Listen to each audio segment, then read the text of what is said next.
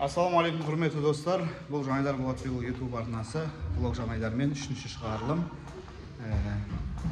Аудандық мәдениет үйінде 1-2 жайдарман финалдық ойындары өтіп жатыр. Содан сіздерге әдемі блог түсіретін боламыз. Ендеше қарсы алыңыздар. Қайырлы кеш достар, қайырлы жайдарман сүйер қауым. Әдеттегідей араға 1 ай жарым салып, біздер жайдарман ойынның 1-2 финалы, яғни үшінші командасы осы жартылай финалға дейін келді. Әрине олар Биска, Айдархан.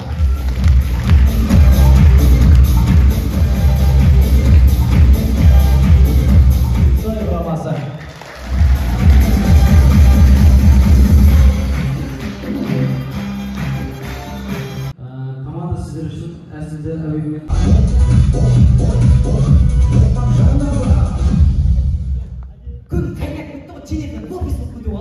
Ай, сен туылғаннан Дженнифер Лопессің ау деймін. Қайырлы кеш жаңғылы!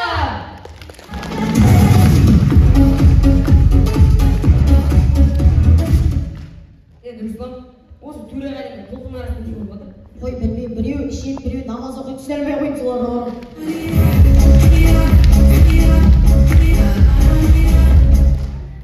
Өздеріңіз көріп тұрғандай команда бәрі жақсы. Команда бірдей форма алдық. Өткен ойындарда үздік балмен өте жоғары нәтижедеміз. Есімдері Бақдәулет және Мұхаммед-Әли. Бірлік ауылынан келген Европа құрама командасының мүшелері жанында тұр. Енді жігіттерсіздерге сұрақ. Жалпы ойын көңілдерінен шықты ма, дайындықтағыдай болды ма, жалпы не жетіспей қалды өздеріңе? Менің сұрайын дегенім жалпы әзілдің юмор дейді орысша. Әзілдің сіздерде качествосы аз болды да, сол не себепті жалпы? Өздеріңізге байқалды ма? Құрметті көрермендер, Еуропа командасы бәрі бізге нормально болған сияқты, жақсы болды. Теперь так и будет. Көрермендер де жақсы, бізге шапалақ соғып, шығарып салып, біздің әзілдеріміз көрермендер жақсы кеткен сияқты. Біздің ойымызша. Сіздердің ойларыңызша да, мен енді осы блогты жүргізуші ретінде жалпы, мен көрермен ретінде сіздердің ойындарыңызды басынан аяқ до конца қарадым. Яғни шапалақты тек қана сұраған кезде соқты, поклон бергенде шыққан кезде ғана соқты. Ал былайынан өтіп жатқан әзілдеріңізге ондай шапалақтың овацияда ондай болған жоқ болды. Не себепті? Дайындық аз болды ма? Не ойлайсыздар? Дайындық аз болуының себебі бар. Себебі деймін, біздің күнді айтпады ғой. Жалпы енді 1-4 пен 1-8 бар, 1-4 бар, қазір 1-2 олар финал арасы жоқ дегенде тұрайық ғой жалпы. Бір айда бір ойынға тыңғылықты дайындауға болатын сияқты меніңше. Болады, бірақ бізде балдардың көп басы қосыла бермейді. Вызовем скорую помощь? Да, не помешало бы. Сол себептен осы жақын арада дайындау. Бәрінде шаруа дейсіңдер. Жақсы жігіттер, сіздерге сәттілік. Бұйырса финалда көреміз деген ойдамыз. Шар жаңғылы!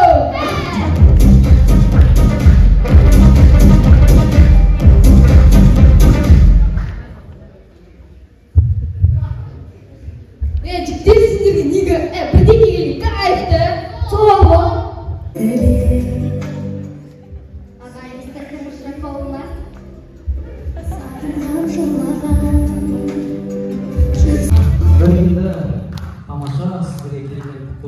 Мінекей, осы жаңа ғана сахнадан түскен, яғни екінші болып өнер көрсеткен Айдархан ауылынан келген 5К командасы менің жанымда тұр. Оның мүшелері мінекей. Бұл жерде капитан команда, есімің? Аңсар, алдында сөйледің, бұл жолда қазір сөйлейсің. Енді арпы ішінде бір бидай, Ақбота деген қарындасымыз. Жалпы бүгінгі ойын туралы шағын ойын айтып жіберсең, камераға қарап, даусың шығарып. Бүгінгі ойын мен үшін жақсы болды деп ойлаймын. Өте жақсы өнер. Финалда қандай әзілмен қуантасыздар жалпы көрермендерді? Барынша жақсы әзіл болса деп тілеймін. Барынша Жалпы жақсы әзіл ойнаймыз деп. Ал жақсы. Енді финалдық ойындарда сіздерді көреміз деген үміттеміз. Және менің жанымда артынан қарса тұрған Өтеу Дарын. Дарын, бүгінгі образың жалпы барлығына ұнады деген ойдамын. Өзім ойынның орта тұсынан асқанша қарадым.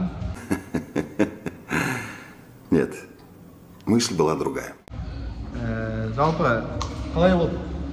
Көрермендерге өту бар, дайындықта ойын бар, редакторының алдында ойнау бар, және сахнада ойнау бар. Осы процестің барлығына өтіп келе жатсың енді. Бүгінгі ойын туралы қысқаша өзің ойың, өздерің. Мысалы, команда өздерінің қалай ойлағанын біледі ғой мысалы. Мысалы, маған ұнады сіздердің ойындарыңыз. Көп негізі әзіліміз болды, редактурада бұрын ойналғанда болды, дейді өзіміз шығардық. Соның өзінде де өзіміз бүгін жазып, өзіміз осы ойында керемет өнер көрсеттік деп ойлаймын. Ал 5К командасы қарай қойық. Ал сіздерді финалда көреміз деген ойдамыз. Сәттілік сіздерге.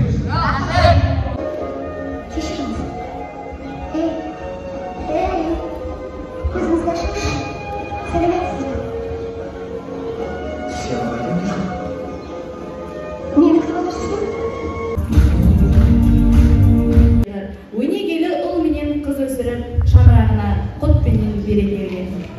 Сіздермен бірге болған Жаңа Қазан ауылынан келген Қазан құрамасы. Келесі кездескенше қош сау болыңдар. Менің дәл жанымда қазір Жаңа Қазан ауылынан келген Қазан құрамасы осы жаңа ғана сахнаға түсті. Яғни үшінші жол өнер көрсетті. Енді сіздерге сұрақ қойғым келді. Сіздердің ойындарыңызмен толықтай болмаса да біраз бөлігін қарадым. Өте жақсы. Актерға ерекше алғыс. Керемет жақсы әрлеп жатсыз. Это я вам точно говорю. Енді команда жақсы, әзілдер сапалы болды. Мысалы Төреғали емеспін ғой деген әзілдер өздері шығарыңыздар ғой. Маған ұнады жалпы. Енді жалпы сіздерге қояйын деген кішкене ойындарыңызда актуальный тақырыптар аз болып қалады да. Мысалы осы сіздерден кейін ойнаған Машинская командасы именно Жаңқаладағы қазіргі ситуацияларға байланысты әзілдер көп болды. Неге сіздер актуалка аз сол жөнінде? Команда капитаны үшін бастап сөйлеп жүр. Енді біздер көп дайындық жоқ бізде. Нет слов. Осы дайындықтан бір-екі күн дайындалдық тек сол келді. Бізде қазіргі актуалка жол мәселесі ғой енді. Сол жол мәселесін көбіне көтеріп көрген. Әзілді қалай жазасыздар, қалай дайындаласыздар, сол жағы қызық па? Кім жазады сіздерде? Сценарист бар ма? Сценарист бар, Байраш жігіттер бұрында ойнаған, қазіргі таңда біздің ауылдан Алматының азаматы, біздің Ақселге деген тест бар, сол жерде жұмыс істеп жатыр. Сол бізге құрақ бәрін дайындап береді. Екші береді. Ал біреуге кейіпкер алып береді, біреу бағана әзілдерді мысалы содан жүреді деген сияқты әрбір орындар бар. Сол сұраққа сіз орын. Есіміңіз? Әсем, иә? Музыкаға жауап береді. Қалғанына бәрін жауап береміз. Да, это так. Қалғанына ғой. Бәріміз бірігіп, бір шешім қабылдаймыз. Жақсы, рахмет. Сіздерді финалда көреміз деген ойдамыз. Енді финалда барлығын көреміз жарыз. Өйткені 6 команда екеуі келмей қалып, 4 команда үшеуі шығады деп айтып қойды енді. 3-тің қатарында енді. Былайша айтқанда 99.9% кіріс тұстар бар. Енді финалда сіздерден өте жақсы ойын күтемін. Сәттілік бәрі. Аман болыңыздар. 5, 3, 4, 3. Тасбаев, Жорғабай, Сана, 5. Әдеттегі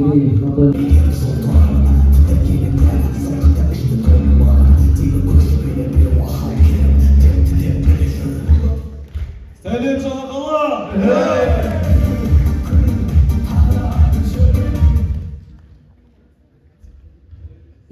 Аманжан, біздің ауылда сол екен білесің. Ерасылдай келген сайын ауылымыздың жаман жақтарын айта бересің. Жақсы жақтарын да айтшы, көп емес пе? Мысалы аудан бойынша көп нәрседен бірінші орында тұрмыз. Сонда не, малылығы бойынша бірінші орында тұрғанымызды айтамыз ба? Помогите.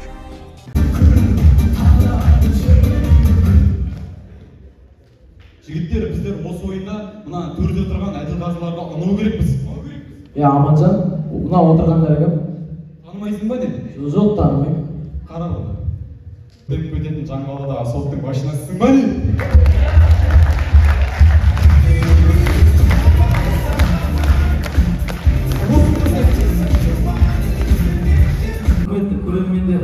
синий.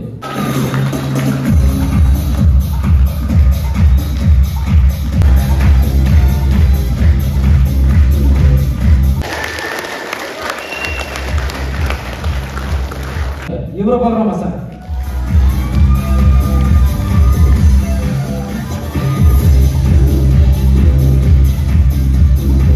Киркалова Бота, Жаңа жол, Ескі. Кімді ойлайсыздар? Кім? Бәрекелді. Майсексай құрамасы.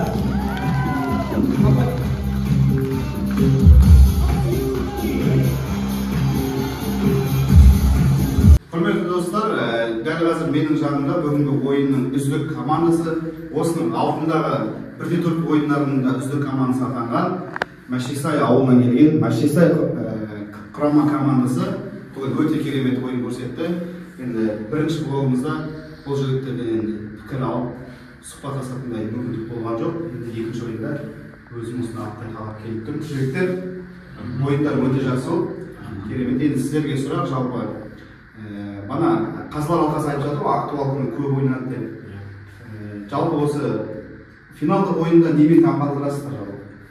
Қандай сценарийда, әзілде, қандай бір сапа жағынан, актуал жағынан, я болмаса бір кіл поворот жасап, мысалы, басқаша, мысалы, шатыр деген қайтаманы қаматсыз істемейді.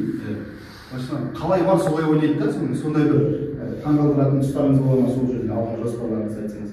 Финалдық ойында енді өзіміздің бана стилімізді ұстанып, осылай, дәл осылай қалыппен, дәл осы темппен шығамыз деп ойдамыз. Бұйырса финалдық ойында ауылымыздың жақсы жақтарын, жаман жақтарын билікке жеткізіп, осыдан көп кісі таба қалсын деген мақсатпен сондай астарлы әзілдерді айтып жүрген жайымыз бар негізі. Енді құрметті достар, көрермендер, сіздер де таныс болыңыздар. Мен де бұл жігіттермен таныс болайын. Енді авторлары, жетекшілері Мадиярды танıyım. Жігіттердің есімдерін сұрап шығайын. Есімің? Нұрғиса.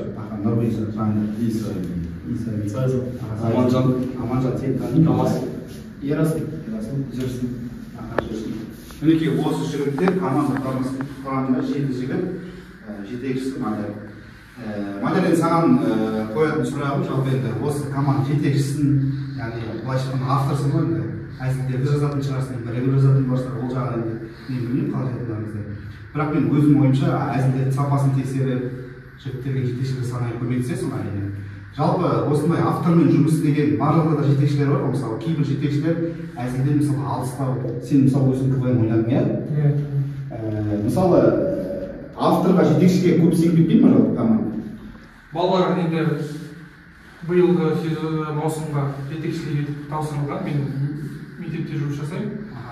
Басында көп балдар бар бұл команда, сосын жақсы ойнай алатын балдарды өзіміз мектептен іріктедік. Түрлі жарыстарға барып жүрген балдар бар, көркем сөз оқитын, өлең айтатын балдар бар. Солардың бәрін жинап, осылай шығардық. Балалардың табиғаттары да кішкене сондай ащы әзілге, жаңа құмар. Былай өзімізді айтып отқанда да бір-бірімізді астарлы әзілмен жаңағы ауылымыздың бір кемшіліктерін айтып, немесе бір тағы да басқа мәселелерді жалпы көтеріп, сондай дәрежеде әзілдейміз. Енді әзіл шығару біз үшін қиын деп айта алмаймыз, өйткені мен өзім КВН ойнадым, балдар да бұрын ойнап жүрді ауылда. Сол. Я разочарован. Сіздерден осал болуға хақыларыңыз жоқ деп ойлаймын. Өйткені Мәшесайдың КВН командасын негізін қалаушы деп айтсақ болатын жаңағы Ұлан ағамыз, Махилов болған Ұлан ағамыздың ойындарын көрдік. Ұлан ағамызбен өзім бір сахнада бірге ойнағанда оқушы кезімде менде Baby Desert деген КВН командалар ойнағанбыз. Я сам выбираю свою судьбу. Құрметті достар, көрермендер, мен жанымда бүгінгі бірде екі финалдық ойындардың жайдарманның Қазылар алқасы мүшелері Нұрлыбек және Тұрлан бауырымыз. Нұреке, өзіңіз айтып өтсеңіз, бүгінгі ойынға жалпы көңіліңіз тола ма? Және сіздердің кездеріңіздегі жайдарман мен қазіргі жайдарманның айырмашылығы қандай, жалпы өсу бар ма? Бүгін жайдарман жақсы өтті, аудан деңгейінде. Жақсы өтті, бірақ дайындалу керек қой балаларға. Енді біздің кезімізге қарағанда қазір дейтін Инстаграм, Фейсбуктарды уже жастар қазірден бастап біледі ғой. Елде не болып жатыр, соны сахнаға алып шығуға тырысып. Жақсы актуалка деп айтады ғой, жайдарманшылардың тілімен айтқанда. Соны қозғап. Жақсы уже елде не болып жатыр, барлығын уже жайдарманшылыққа жеткізіп, саясатқа жастар уже оқитыны, интернетте босқа отырмайтындары көрініп тұр. Жастар мықты ғой, бірақ дайындық керек. Финалға мынандай ойын. Финалға вообще жақсы дайындалу керек деген ойым бар. Сәттілік тілейміз ғой. Бұлар енді бағана енді әділ қазыларға микрофон бергенде өзің ойыңды айтып өтсің ғой. Жалпы енді сені сұрайын дегем, дайындық туралы көп осы әділ қазылар мүшелерінің көп айтқан енді дайындық көп айтылды. Мен де командалармен де сөйлестім, дайындалуға уақыт анадай уақыт емес, енді дайындалатын мүмкіндік болмады дейді. Енді 45 күнде бір ойын шығаруға дайындалуға болады деп ойлаймын. Жалпы енді сұрайын дегенім, жалпы дайындалу үшін не істеу керек командалар? Былай қарап тұрсаң, оқушылар енді бір шаруалары бар, бір үлкен адамдар дейін десең, енді бір ақтап алатындай бір сылтау жоқ та. Дайындалу үшін енді бірімен қатарласу керек біріншіден. Екіншіден қазір мысалы бәрі дамыды ғой, қарапайым. Бұрын терең камерамен жұмыс істеудің өзі қиын болды ғой, например. Қазір мысалы айна бар, бейіз алдында, соған қарап адам баласы бізге үйреткені, мысалы бізде ойнадық уақытында айнаға қарап өзіңмен жұмыс істеу, актерлік шеберлігін дамытады. Одан қарап өзінің минусын көріп, жайдарманшы. Және сосын плагиат емес, командашы өздері шығарып, әрбір жерде дайындалып, команда мысалы мүшелері 8-9 адам болса, 3 бөлініп, әзіл жазып көру керек. Сол нәрсе команданың үштілікке үйретеді. Қазылардың құрамына байланысты бар ғой. Қазылар ауысып тұрады да, мен байқағаным. Осы қазылардың құрамын тұрақтандыру жұмысы болу керек па? Өйткені мысалы менде қазақша жайдарман жібермей қарайын. Мысалы Ес ағамыз жүргізетін, Есеней жүргізетін жоғары лига ойындарында тұрақты қазылар алқасы бар да. Сондай біздің аудандық лигаға керек па жалпы? Өйткені командаларды бөлу үшін маусымашардан бастап 8-4 ойындар. Дұрыс сол. Қазылар алқасы ауыспай сезон маусымашардың басынан бастап финалға дейін отыратын болса, ана командаларға оңай болады да, уже дейтін, мысалы, бір команда уже маусымашардан, мысалы, бір әділ қазылар өзі бір команданы ұнатып қалатын ше. Постоянно сол команданы сүйрейтін, бір бауырласып қалады бір командаға. Сондай әділ қазылар болған жақсы, сосын командаларға да жақсы болады да, ана әділ қазы алқаларымен. Не ожидал такого. Серьезно? Нет, я прикалываюсь. Қазы алқалармен ойын бір-біріне сет ұстауға дейді ғой, бір-бірімен әзіл связь ұстауға солай жақсы болады. Әділ қазы алқалар ауыспаса екен дейміз. Бүгін бірінші рет өттім, солай жақсы, бірақ та дейтін. Мысалы көпен әбермек атамыз деген енді дүниеде өткенше болды былайша айтқанда. Иә. Сонда Ақпен бірге деген республикалық команданың, мысалы Ақпен біргенің ол жақсы көріп өтті да, ол кісі Ақпен біргені деген сияқты. Марат Достаев атуды жақсы көрді деген сияқты. Сол сияқты мысалы мен мысалы маған бүгін ұнады ойында Европолис па, бірінші бастап ашқан Европада ең қиын болды, бірақ сол команда ұнады. Мысалға мен сезонның басынан бастап отырсам, может ақылымды айтып осылай дайындалыңдар деп айтар ма едім. Сізге ұнаған команда? Деген ойым болды. Жалпы енді 4 команда да жақсы, бірақ мысалы Айдарханда бірінші голос дейді ғой, өзім негізі команда ойнаған бірінші голос ойнадым. Бірінші голоста қыз бала. Жақсы? Татаршы, хабарлаушы. Енді ойынға келсек, Машексайда ойын бар, бірақ сахнамен жұмыс жоқ.